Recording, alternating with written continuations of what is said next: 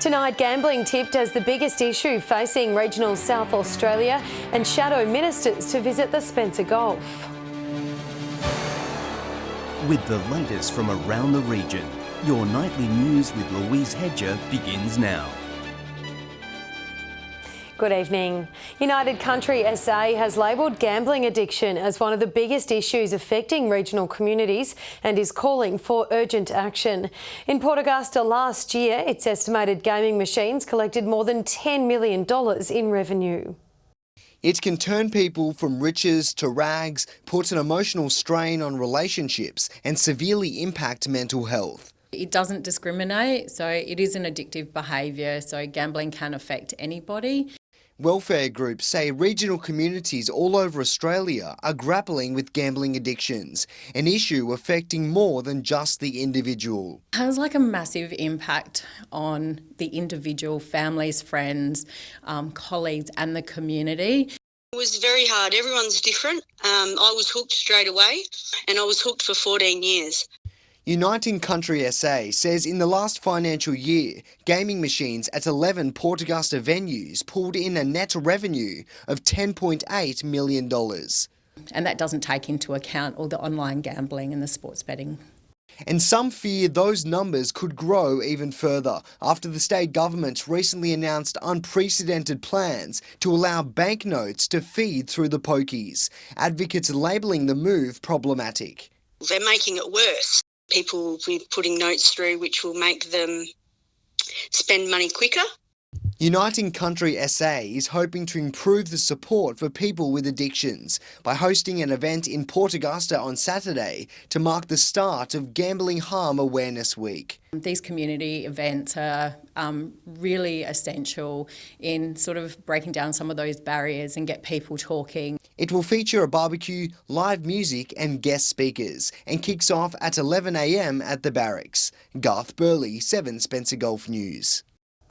A motorist has been detected driving 35 kilometres per hour over the speed limit on the Lincoln Highway near Cowell yesterday morning. The 30-year-old Lightsview man was travelling at 145 kilometres per hour when he was pulled over by police. Officers issued the motorist with a more than $1,500 fine as well as 7 demerit points. Whyalla Mayor Claire McLaughlin has received reassuring comments from the Education Minister John Gardner on the future of the 3 Whyalla high school sites. It follows her submission to the Premier with ideas of potential use for the sites once the new $100 million high school is operational. Mr Gardner says the state government will be working closely with the Whyalla Council on future plans.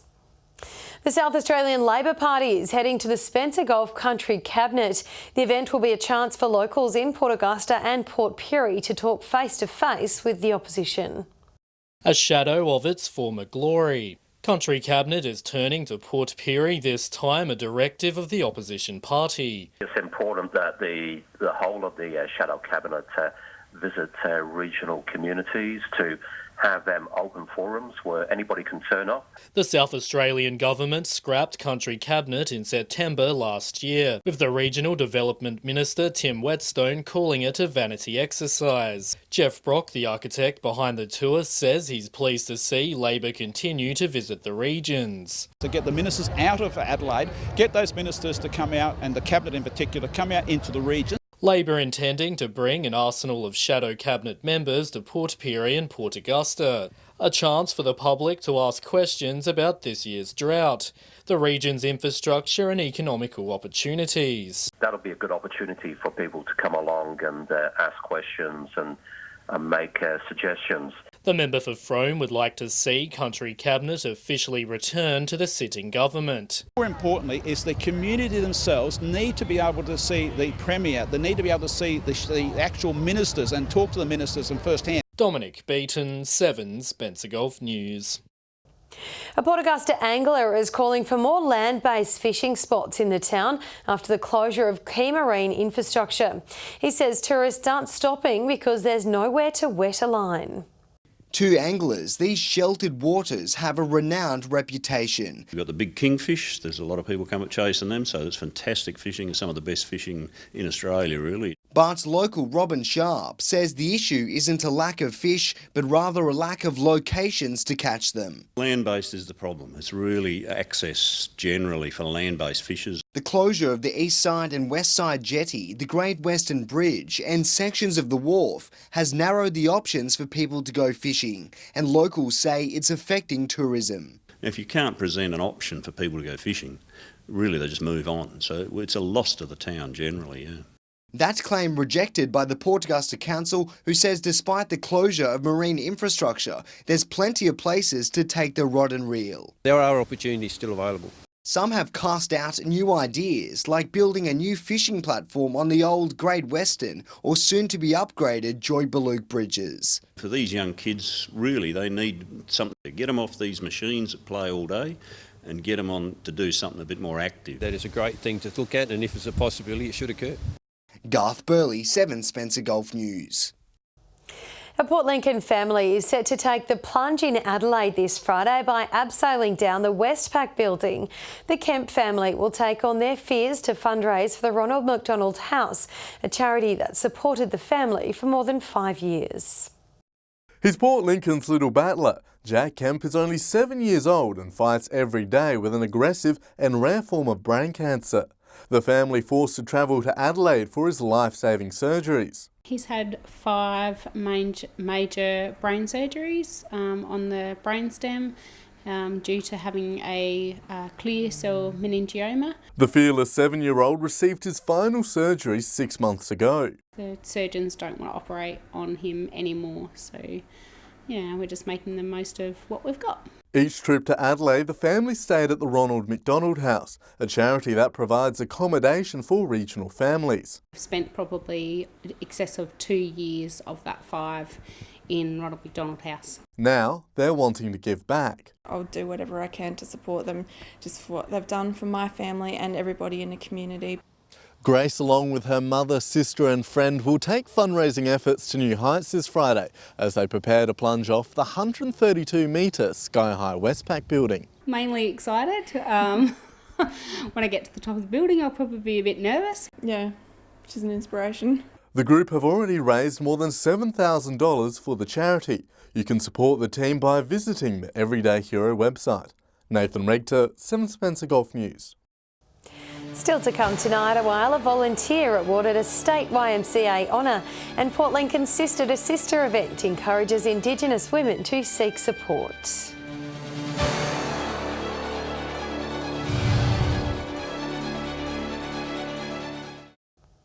Welcome back. A Whyalla aqua aerobics instructor has been awarded the YMCA South Australia Volunteer of the Year. Ray Watson says her classes aren't just about fitness, but helping the elderly community. A regular day for this aqua aerobics instructor and her loyal clients. Aqua fitness is so important for people, and my aim is to keep older people more active and healthy for as long as they possibly can. Starting as a fitness coach, a back injury soon put a spanner in the works. I came to Aqua as a participant because I had a back injury, and I thought, this is good because this fixed it. Now she's been recognised as South Australian Volunteer of the Year for the YMCA, nominated by her co-workers. Definitely has contributed a huge amount to the centre over the last few years, so we thought it'd be a good opportunity to have her recognised. Her work isn't just about the aerobics but also socialising. Some of these ladies live on their own, and so Aqua is the only real social thing that they come to 3 times a week. She knows all the ladies, they all love her, and she always sticks around to socialise with the ladies after classes are finished. And you can join in on the fun. Ray welcomes any new participants to her classes. My clients are very enthusiastic. They really love it. And I must say they really love me. Shari Hams, 7 Spencer Golf News. Stormfront Productions is hosting Whylla's 13th annual Jam for Jeans event tomorrow evening. Organisers are encouraging the community to come along and help raise money for the Children's Medical Research Institute.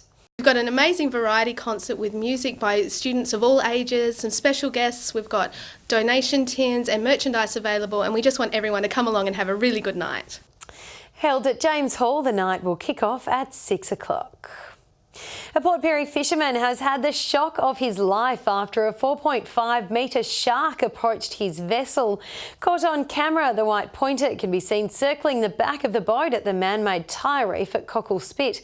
The fisherman said the shark was swimming dangerously close where people like to swim and go crabbing. Free digital training sessions for seniors in the York and Mid-North are now being provided at local libraries. The lessons are aimed to help close the technological literacy gap affecting older Australians. Acquainting senior residents with modern technology. A new string of training sessions helping to open up the world with one press of a button. There's a lack of digital literacy in regional South Australia.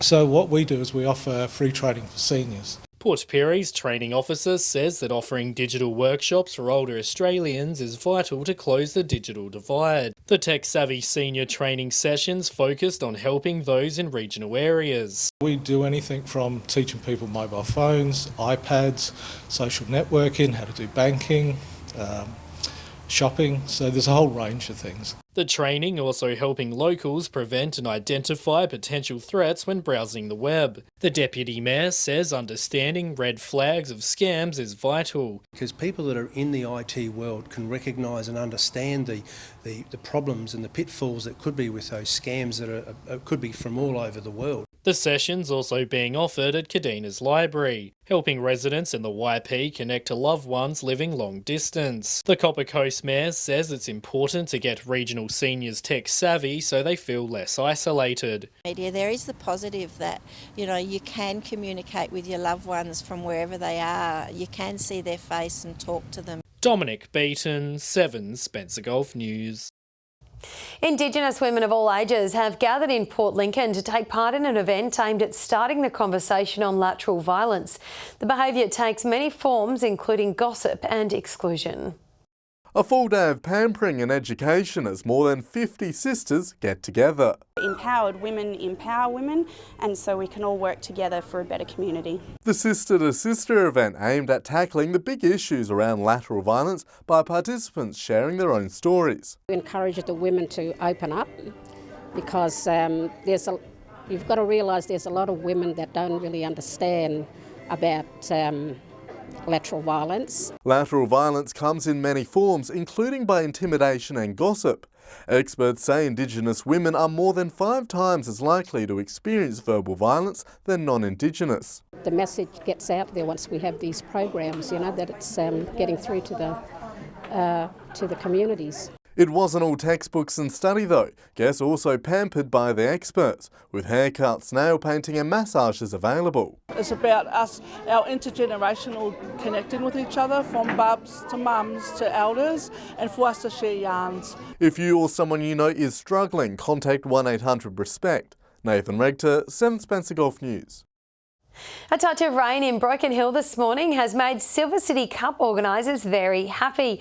With racetrack preparation underway for the event, the showers have come at a good time. There's 10 days before Broken Hill goes to the races. We're looking for great weather and great crowds out there, so we're looking for people to come out. Get your tickets early, come to our office.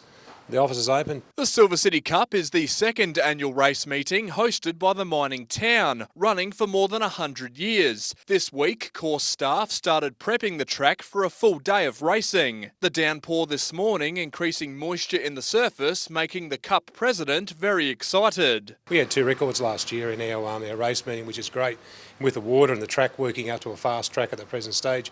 In very excellent condition. I think we might have 3 this year. Horse nominations for the event are already being submitted. This time last year, none had been received. With the track in tip-top condition and warm weather forecast, plenty of trainers have put their names down. One's bringing 12, one's bringing 8, a couple's bringing 5. That's at the present stage. They've asked for stabling, so we've got that organised for them. Organisers hoping there's still some more rain on the way. Patrick Reinke, 7 Spencer Gulf News.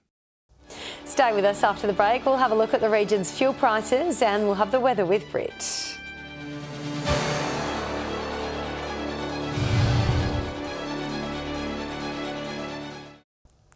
Hello again. Time now for the weekly Fuel Watch. A look at how things are shaping up when we head to the Bowser. Here's Patrick Reinke in Broken Hill. Well, as summer approaches, temperatures are rising, but many local petrol prices are not doing the same. Starting with unleaded, and the entire Spencer Gulf has had a good week. Both Port Lincoln and Whyalla are down to $1.48 after falling by 3 cents. Port Augusta is still a bit pricey but has also enjoyed a touch of green, the average now hovering at $1.54. Port Pirie was another strong performer, only paying $1.45. Broken Hill sees a 1 cent rise to $1.52. Adelaide's cycle has started again, the SA capital jumping from $1.36 to $1.67 a litre. Turning over to diesel now, and the green keeps coming for Port Lincoln and Port Augusta, but the prices are more or less the same. Whyalla is holding strong at $1.52. Kadina has gone up slightly and is 1 cent less. Port Pirie, the cheapest, not by much. Broken Hill has seen the biggest change, falling by 3 cents to hit $1.53. Adelaide's price has barely moved. Finishing off with Autogas, Port Lincoln and Whyalla 92 cents, Port Augusta 89, Port Pirie 86 after going up, Kadina on the way down 84, Broken Hill 87, and Adelaide rounds out the board with 80 cents. Now remember that these prices are the regional averages and they do not reflect any one particular outlet. And if you do find a spot that does sell unleaded, auto gas or diesel for cheaper, be sure to let us know on our Facebook page. Now for a look at the rest of the week's weather, here's Britt Aylen. Thanks, Louise, and good evening. It looks like sunny skies will be returning tomorrow, but first, let's take a look at today's conditions. Broken Hill had the region's top temp reaching 28 degrees, Port Augusta 22, Port Pirie 21, Whyalla 20, Port Lincoln 19, Adelaide 18 degrees. From the satellite, the cloud pattern shows a front moving over our region, bringing showers and wind. Tomorrow, we'll see southwesterly winds on the Gulf waters at around 20 to 30 knots, with seas up to 2.5 metres. And we can expect mostly sunny conditions about the region. Port Augusta looking at a top of 23 degrees, Woodner, Corn and Broken Hill 22, Port Pirie and Cleve 21, Whyalla with an expected top of 20 degrees, Coffin Bay and Kadina 19, Port Lincoln and Adelaide 18, Clare 17. Further through the week now, partly cloudy conditions expected at Port Lincoln and Cleve over the coming days. Woodner looking sunny on Friday, fine and partly cloudy across the weekend. A sunny day expected at Whyalla on Friday, a bit of cloud cover Saturday and Sunday. Port Augusta looking sunny on Friday, fine on Saturday and sunny again on Sunday. Kadina with partly cloudy conditions over the next 4 days. Port Pirie sunny on Friday, fine across the weekend, Clare looking fine and partly cloudy through the near future, and Broken Hill looking bright and sunny into the weekend. And with that, Louise, it's back to you. All right, thank you for that, Britt. And that's your local news this Wednesday. Thank you for joining us today. We'll have updates later, but until then, have a lovely evening. Good night.